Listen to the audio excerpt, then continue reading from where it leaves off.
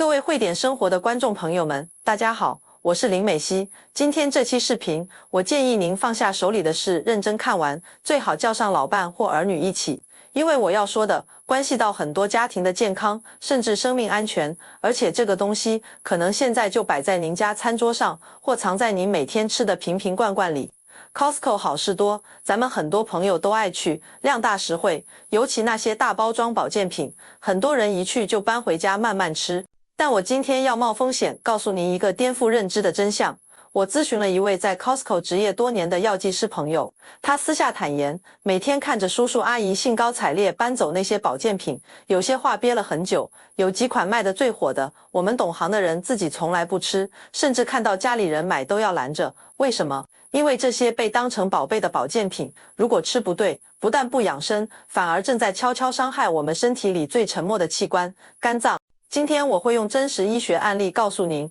有些健康辅助品吃下去到底是补药还是毒药。在正式开讲之前，美希想请您帮我一个小忙。如果您是的一次来到汇点生活，或者是看了很久还没有点关注的朋友，哪怕是为了您自己这一生的健康着想，现在就用1秒钟点一下屏幕右下角那个红色的订阅按钮，再开启旁边的小铃铛。为什么？因为汇点生活不讲那些虚头巴脑的东西，只讲这种跟您血压、心跳，甚至生命安全息息相关的硬核干货。好，咱们进入正题。咱们很多中老年朋友现在对健康的重视程度越来越高，这是好事。但与此同时，大家心里也有一种焦虑，叫健康焦虑，总觉得年纪大了，身体零件老化了，得吃点啥补补。于是儿孙孝敬的，朋友推荐的，自己看着广告买的，各种五花八门的保健品，鱼油、卵磷脂、护肝片、减肥胶囊，大把大把的往嘴里送。大家想的是，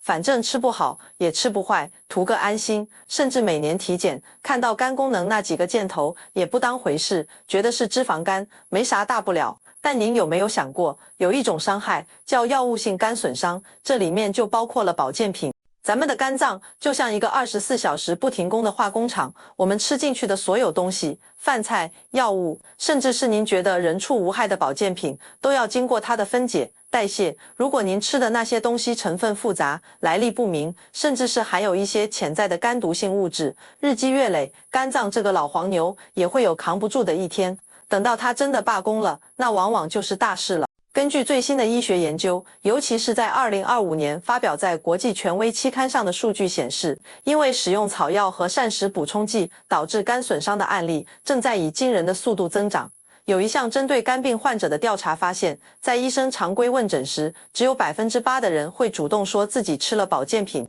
但是当换成专业的护士进行结构性访谈时，这个比例一下子就飙升到了61%。这意味着什么？意味着绝大多数人根本没意识到自己吃的那些宝贝可能是压垮肝脏的最后一根稻草，而这些产品里被明确记录有潜在肝毒性的，就包括咱们中国人特别爱喝的绿茶提取物姜黄素，还有那个大名鼎鼎的藤黄果，甚至是芦荟。这些名字您是不是特别耳熟？是不是家里正在吃？所以今天必须把这个问题讲透，不是为了制造恐慌，而是为了让您学会识别风险，别在花冤枉钱买罪受。那么，到底 Costco 里哪些卖的最火的保健品是药剂师自己绝对不碰的呢？我结合那位药剂师朋友的提醒，以及2024年到2025年最新的全球医学文献，给大家总结了4类需要高度警惕的伤肝选手，请您仔细听，如果您家里有，一定要谨慎。第一种就是打着天然减肥、快速瘦身旗号的燃脂补充剂。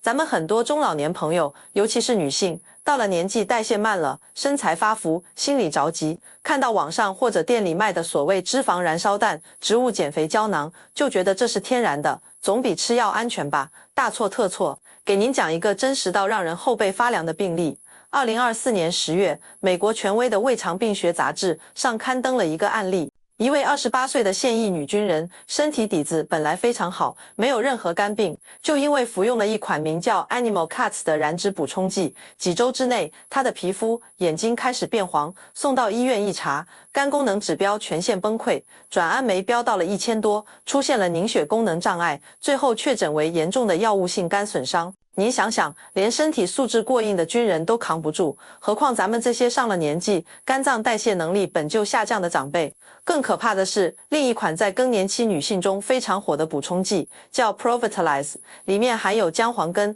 辣木叶、黑胡椒提取物等等。2024年9月的一篇病例报告记录了一位49岁女性的悲惨遭遇。她为了缓解潮热和腹胀，每天吃一粒这个补充剂，连吃了30天。结果呢？黄疸、恶心、食欲不振，然后病情急转直下，迅速出现肝性脑病、多器官衰竭，最后还没来得及等到肝移植，人就没了。医生分析，这里面的姜黄素和黑胡椒中的胡椒碱结合在一起，生物利用度提高了2000%，本来是增强吸收的优点，却成了压垮肝脏的致命组合。第二种是咱们很多人天天当茶喝，甚至当成抗癌神器的绿茶提取物。您可能会说，你搞错了吧？绿茶不是健康吗？对，喝绿茶是健康的，但那是茶叶泡的水。一旦把绿茶浓缩成高纯度的片剂或者胶囊，性质就完全变了。2025年的一项研究发现，在肝病患者服用的有潜在肝毒性的产品中，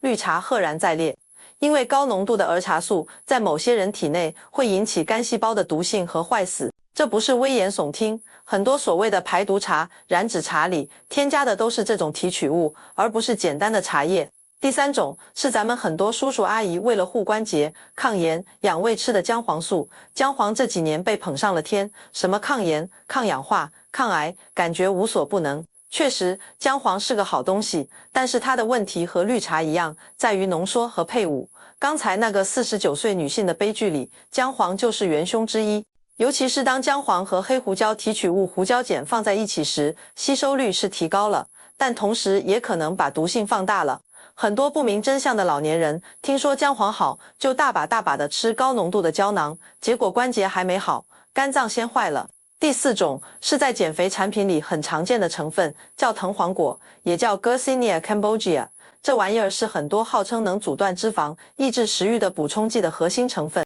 但是在学术界，它早就上了肝毒性的黑名单。2025年12月最新的一篇综述梳理了超过200例与藤黄果相关的肝损伤不良事件，其中导致了1人死亡，9个人需要进行肝移植，有的患者甚至在再次服用时马上引发了更严重的肝损伤。这在医学上叫在激发阳性，是证实因果关系最直接的证据。您看，我不是在这里瞎编，每一个案例都来自严肃的医学期刊。这些触目惊心的数字和结局背后，是一个个原本可以安享晚年的生命，却因为一颗颗不起眼的小药片，走到了人生的终点。聊到这里，您可能会问，这些产品既然这么危险，那为什么还能摆在货架上卖？这个问题问到了点子上。因为在美国和很多国家，保健品不是药品，他们不需要像药品那样，在上市前做严格的临床试验来证明安全性和有效性。他们走的是膳食补充剂的通道，监管相对宽松得多，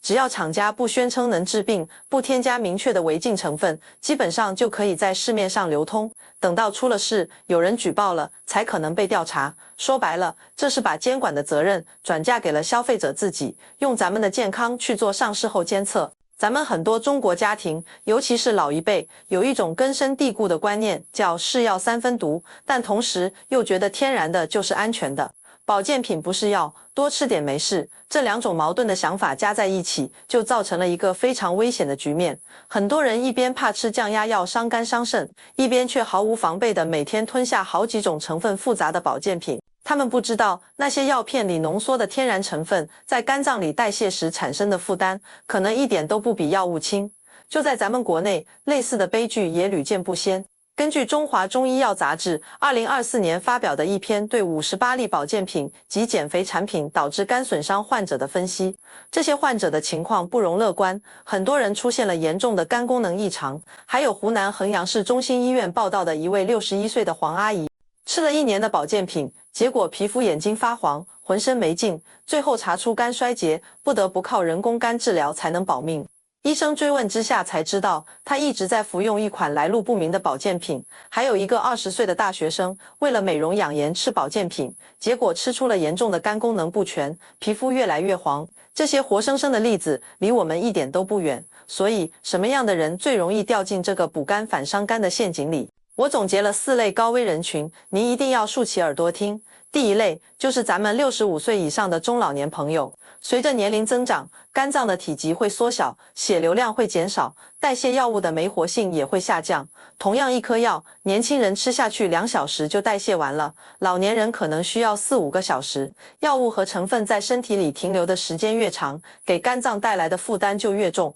损伤的风险也就越大。很多老年人同时还在吃降压药、降糖药、降脂药，这些药物本身就需要肝脏代谢，再加上一堆成分不明的保健品，肝脏就像一台超载的老爷车，随时可能抛锚。第二类是本身就有脂肪肝、乙肝或者肝病史的人。很多朋友体检发现脂肪肝不当回事，觉得现在谁还没点脂肪肝？但您要知道，有基础肝病的人，肝脏本来就处于一种带病工作的状态，甚至有一部分已经出现了肝纤维化。这个时候，您再给它加上各种需要代谢的外来物，就相当于让一个腿脚不便的人去跑马拉松，出事是大概率的。很多保健品宣称的护肝功能，对于健康的肝脏或许有微弱的辅助作用，但对于已经受损的肝脏，那点益处根本抵不上潜在的伤害。第三类是喜欢混搭吃药的人。我见过有的朋友早上空腹吃一把鱼油，饭后吞1颗钙片，下午再嚼2粒维生素，睡前还要喝1勺蛋白粉或者助眠的褪黑素，平时还有个习惯，用银杏叶片来通血管，用辅酶 Q10来强心脏。您觉得这是在全方位保养，但对于肝脏来说，这就像一个厨房里同时开了10几个灶台，厨师根本忙不过来，最后只能乱成一锅粥。不同成分之间还可能发生相互作用，产生一些预想不到的有毒代谢物。第4类是追求高效、速效的人，总觉得保健品吃了就得马上见效，要是没感觉就是没用，所以专门挑那些高浓度、高含量、速效燃脂的产品买。恰恰是这种高纯度、高浓度的产品风险最大，因为天然的植物里成分是复杂的，各种物质之间有一个天然的平衡和制约。但一旦被提纯浓缩，那个起主要作用的成分浓度过高，就打破了这种平衡，变成了类似于药物的猛药，反而更容易伤身。您看，咱们花钱买健康，这个初衷是好的，但如果因为信息不对称，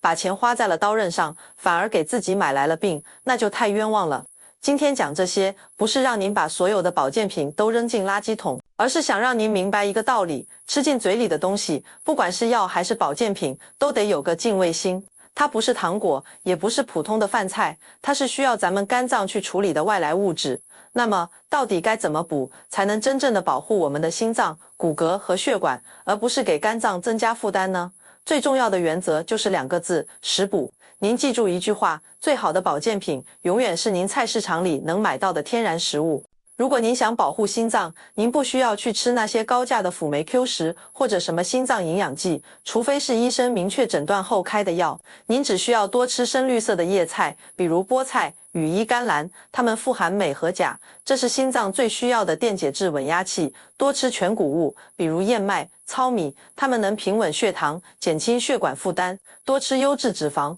比如橄榄油，或者每周吃2次深海鱼。如果您想强健骨骼，别只盯着钙片，您需要补充的不仅仅是钙，还有维生素 D 和维生素 K2 以及镁。这些从哪里来？从晒太阳，从吃绿叶菜，从吃坚果，从喝牛奶中来。钙片吃多了，如果吸收不了，反而可能沉积在血管里，增加血管钙化的风险，那才是得不偿失。如果您想改善睡眠，缓解焦虑，您可以去买那些成分不明的助眠草本胶囊，也可以选择睡前喝一杯温牛奶，吃一小把富含镁的南瓜子或者杏仁。镁就是天然的镇静剂，它能帮我们的大脑降噪，让您更容易放松下来，进入睡眠状态。如果您想减肥，管住嘴，迈开腿是永远的真理。任何号称不用运动、不用节食、躺着就能瘦的补充剂，您都要打起12分精神。那些燃脂产品里，除了刚才提到的藤黄果，还可能含有一些类似于麻黄碱的成分，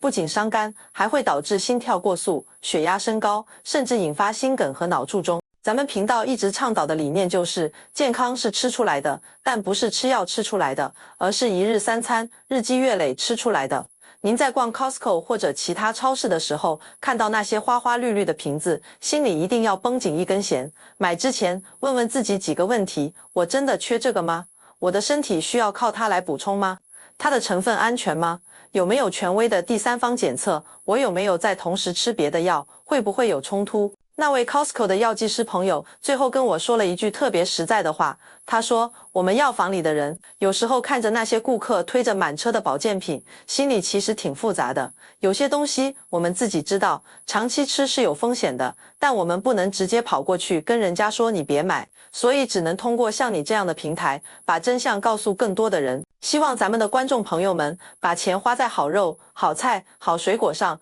那些瓶瓶罐罐尽量少碰。好了，朋友们，今天的分享就到这里了，内容信息量大，我们来回顾一下重点。第一，保健品不是食品，更不是补品，它属于膳食补充剂，同样需要肝脏代谢，同样可能导致严重的药物性肝损伤，甚至肝衰竭。第二，目前风险较高的4类产品包括藤黄果类减肥产品、高浓度绿茶提取物与黑胡椒配伍的姜黄素，以及成分复杂的燃脂补充剂。第三，中老年人、有肝病史的人、喜欢多种保健品混搭的人是风险最高的人群。第四，最安全的补充方式永远来自天然食物，来自均衡饮食。请不要等到体检报告上的转氨酶箭头变红，也不要等到皮肤眼睛发黄、浑身乏力才去看医生，到那时可能就晚了。健康藏在您每一餐饭碗里，每一次运动里，每一个好习惯里。我们要用知识武装自己，用理性代替盲从。如果您觉得今天这期视频对您有帮助，请点赞支持，并转发给家人群、朋友群，特别是那些爱买保健品的长辈，也许您的一次转发就能让他们避开一次健康危机。如果您在保健品或健康方面有困惑，欢迎留言区给我留言。虽不能代替医生看病，但一定尽力帮您查资料、找依据，把靠谱的真相告诉您。还没订阅慧点生活的朋友，现在点一下订阅，再点亮旁边的小铃铛。我是林美熙，咱们下期见。